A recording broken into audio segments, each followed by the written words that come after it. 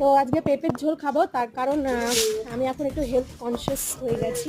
আজকে বাচ্চাদের দিয়ে কুলেখাড়া শাকও তুলিয়েছিলাম, আর ফিরে এসে কুকুরের জন্য আমার শ্বশুরের সঙ্গে ঝগড়া লেগে গেল। খাও খাও খাও খাও, কেউ তোমাকে বাড়ি ছাড়া করতে পারবে না, কেউ বাড়ি ছাড়া করতে পারবে না, কারো সাহস নেই। এই বাড়িটা আমারও অধিকার আছে, আমার জায়গায় থাকবে, আমার ভাগে থাকবি। হ্যাঁ, কোনো চাপ নেই। এই একটু দাঁড়া, বাচ্চাগুলোকে একটু খেতে দে। তোর এত কিসের তাড়া? চাকরি করতে যাবি নাকি? Working women. দাঁড়া, নড়বি না, মাম খেতে দে। খুব বদ, খুব বদ। কেন খেতে দিস না ওদের? হুম, খুব বদ, বকু দিয়ে দিব, একদম বকু দিয়ে দিব। খাও খাও, ও শোনা রে। এই এই, যাবি না, যাবি না, যাবি না, কালচো।